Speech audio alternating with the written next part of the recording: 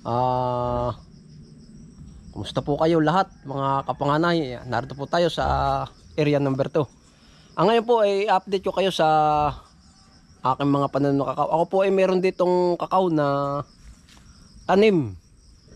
Maka po mga 20 kapuno. Ay ngayon po ay yanong baba pa ay may bunga na. Para po bang ako ay natutuwa rin. Atin pupuntahan po natin. Yan po ang kakao. Oh. Yan, ito po ay ito ang puno nito yan pagkababa. Yan. Yan po ako po nakaupo. Nakaupo lang ako.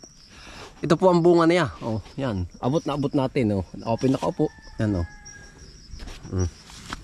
Yan po ang ating kakao. May bunga po itong isa, dalawa, tatlo, apat. Tapos po ay may maliit. Dito po sa side na ito ay ikalima. Ayan anim. Yan. Di niya po kakao. Ito po ay kaya linis na linis. Dito po sumisilong ba itong mga biik na maliliit. Yan sila po dito na natambay. Ito po magamat niya nung liit. Gagabaraso yan Yan ganito po lang kalaki ang puno Parang gagakuan lang ng paa. Gabinti. Sabi na nga. Ay nakakatuwa po ba at ito po ay ganito nga 7 years para ito naman 7 years. Yan tatandaan ko na tanim ko. Dito po sa kakao ay di ako po ay walang idea kung ang alam ko po lang ay yung buto sisipsipin. Pero nadidinig ko po ay ginagawang tabliya. Yan, sabi ng iba chocolate daw. Pero dito po naman sa amin, dito sa Tayabas wala namang market ng kakao. Ay ako po binatuwa lang dun sa pagtatanim. Dahil po ito pong pananim na ito ay nakuha ko po ay sa waiting seed, yung mga nasa daan pahingahan. Ay siyempre siguro po bay habang namamahinga ay nangangain ng kakao ay doon po ba doon nila niluluwa yung doon nila tinatapon yung buto sa kalapit. Ay ngayon po siya ay anong pangalan to? Tumubo. Ay di ipon-ipon po yung mga buto. Sabi ko abay okay ito Pero alam ko po naman hindi may kagagalit yun dahil yun po naman ay doon sa waiting seed di pag yun ay yung daming iyon at hindi inalis yayabong lalago madami po ay di ngayon po ako kumuha ng baka nga po yun mga 20 kapuno. Ay ngayon po ay iba't iba naman variety. Mayroon pong katulad po nitong isa. Pero ito po ang sa lahat itong kakao na ito yung kababaan na may bunga kong kakao. Yan. Dito po ate pong titingnan yung isang tanim ko na narito din po naman sa kalapit. Ay mataas po siya ang pagkakakao pero iba po bang kulay ng bunga. Kaya po sabi ko parang iba't iba ang variety. Siguro iba-ibang klase ang kakao nung dumi nangangain niya ng kakao. Doon ko ito nakuha. Nasaan ba yung bunga ng isa?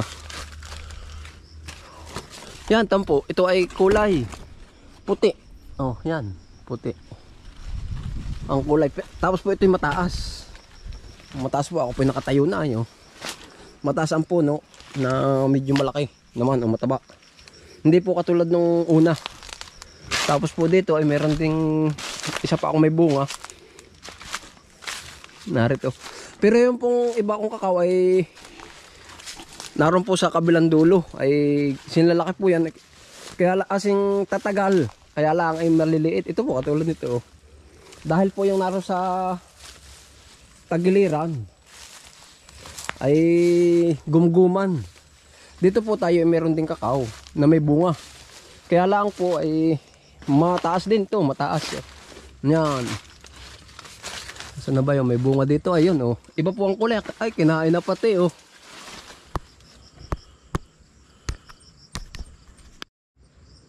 Yan, iba po ito naman, oh. Kinain na po pati, oh. Ito na may parang, ay, parang puti rin, oh. Ang kulay. Oh. Yan, ito po. Di, ako nga po natutuwa at mababa pa, mas mababa po yung nauna, yung kulay pula. Itong dalawa pala puti, oh. Ay, nakain na. Oh.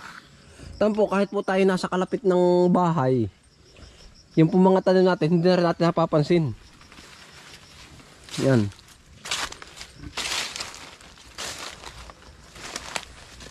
Yan po ang kawan.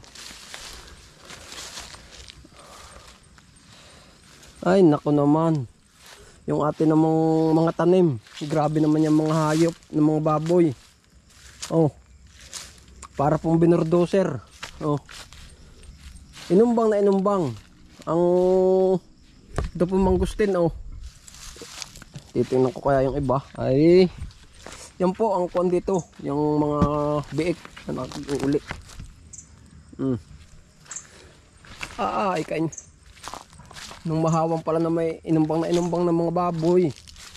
Mga biik. Oh. Yan, yan. Oh. Kaya narinig ko. Mga arinsuha kaya. Hindi kaya na ano.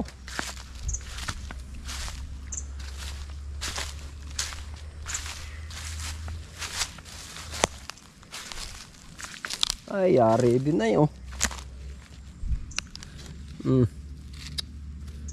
Ayan, ito. May lagay ng ganito ay, oh. Inuumbang pa rin.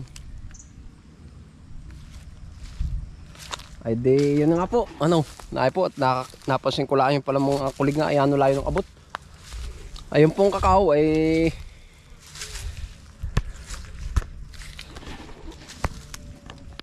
yung ating kakao ay nato po yung iba na ating tanim, oh.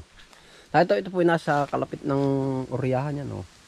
Ito po ay sabay-sabay. Ito yung may bunga, oh. Yan. Dalawa. Ay ngayon po ay ito hindi gaanong lumaki. Gawa nang nasa gumguman, oh. Nasa solibsiyan ng kahuyan. Ito, oh.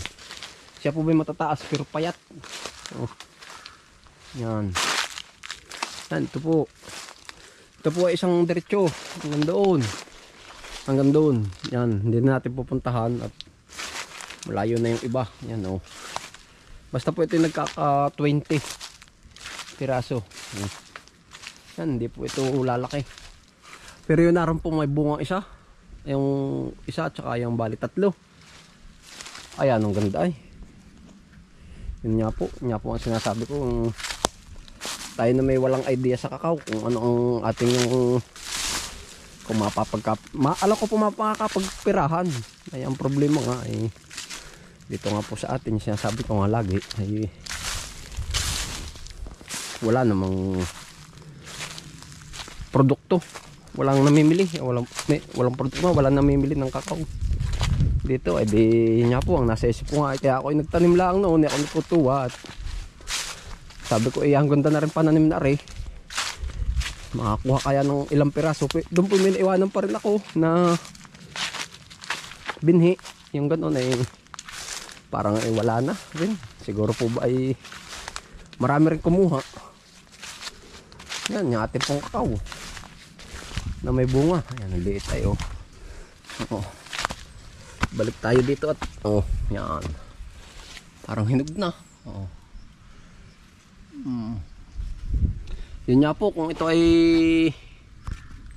may magandang market dito sa Tayabas ng kakao, eh maganda po magtanim ng marami. Gawa po ng ito po, unang-una wala itong abono.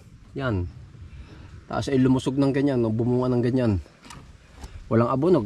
Gawa nga po ng ito nga po, kumbagay pagkatanim natin ay para bang magtanim nga kaya ng ilang piraso para may masipsip. Gawa ng yun nga po ang alam ko sa kakao ay yung pagka hinog pwede nang sipsipin yun kinukuha namin. Ay di ganito nga po yung ako po lang natutuwa. Yan pagkababa ganda. Yan ang kakao. Di, yun po. Ayan. Maraming salamat po sa pagsama ninyo sa akin, mga, at maraming salamat po sa pagsuporta ninyo sa mga vlog ko. Yun, bye.